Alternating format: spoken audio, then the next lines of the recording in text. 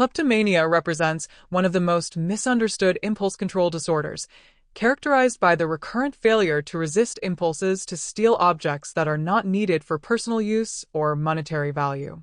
Unlike ordinary theft or shoplifting, which typically involves premeditation and material gain, kleptomania is driven by an intense urge or tension that builds before the theft, followed by pleasure, gratification, or relief during the act itself. This distinguishing feature sets kleptomania apart from other forms of stealing, as the items taken often hold little practical significance or financial worth to the individual. After the theft, many individuals with kleptomania experience profound guilt, shame, and self-reproach, yet find themselves caught in a cycle they struggle to break, compelled by irresistible urges despite awareness of potential consequences and moral objections to their own behavior. The prevalence of kleptomania remains challenging to establish precisely due to secretive behavior patterns and underreporting, but research estimates suggest it affects approximately 0.3 to 0.6% of the general population. Women appear to be diagnosed more frequently than men, with a female-to-male ratio of approximately 3 to 1, though this gender disparity may reflect diagnostic or reporting biases rather than true prevalence differences. The disorder typically emerges during adolescence or early adulthood, though cases have been documented with onset in childhood or later adult years. Many individuals suffering from kleptomania endure symptoms for years or even decades before seeking professional help, often only doing so when facing legal consequences that threaten their reputation, relationships, or freedom. The neurobiological underpinnings of kleptomania involve dysregulation in several key brain systems, particularly those governing impulse control and reward processing. Neuroimaging studies reveal abnormalities in frontostriatal circuitry, with particular focus on the ventromedial prefrontal cortex, which plays a critical role in decision-making and inhibitory control. Dysregulation of neurotransmitter systems, especially serotonin, dopamine, and opioid systems, appears to contribute significantly to the disorder's manifestation.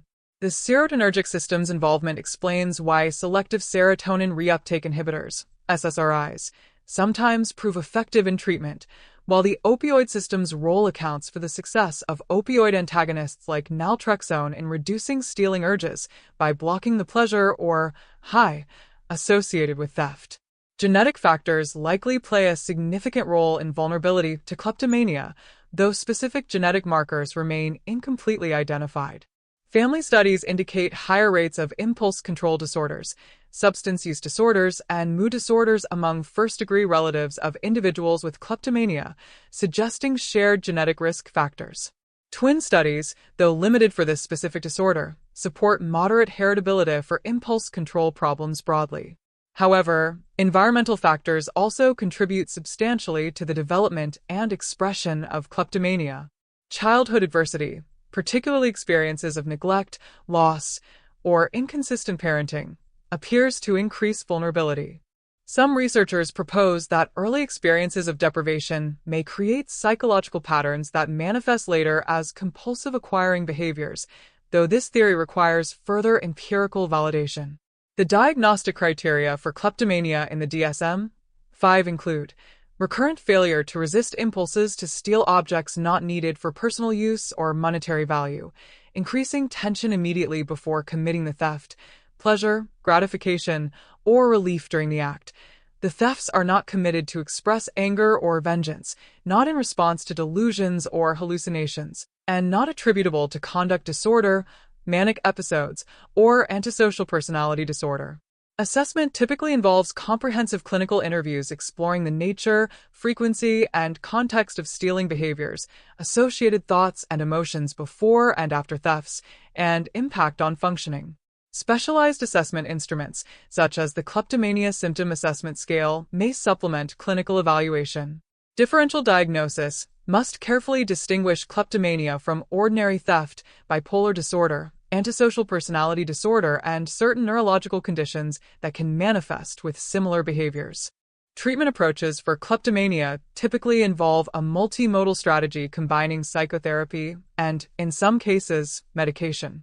Cognitive behavioral therapy, CBT, has demonstrated particular efficacy by helping individuals identify triggering situations, implement stimulus control techniques, develop alternative coping strategies for managing urges, restructure thoughts that facilitate stealing, and address underlying beliefs about deservingness or entitlement.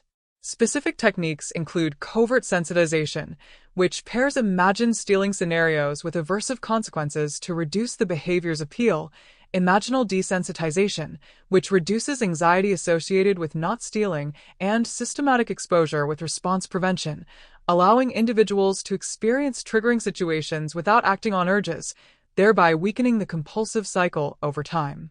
Pharmacological interventions for kleptomania target the neurobiological mechanisms underlying the disorder, with several medication classes showing promise in clinical trials and case reports. Selective serotonin reuptake inhibitors, SSRIs, like escitalopram and fluoxetine may reduce stealing urges in some individuals by normalizing serotonergic dysfunction. Opioid antagonists, particularly naltrexone, have demonstrated significant efficacy by blocking the endorphin-mediated high associated with stealing, thereby reducing the behavior's reinforcing properties. Mood stabilizers like valproate and topiramate sometimes prove beneficial, especially for individuals with comorbid mood instability. In practice, medication selection often requires trials of different agents, careful dose adjustments, and ongoing monitoring, with combined pharmacotherapy and psychotherapy typically yielding superior outcomes compared to either approach alone.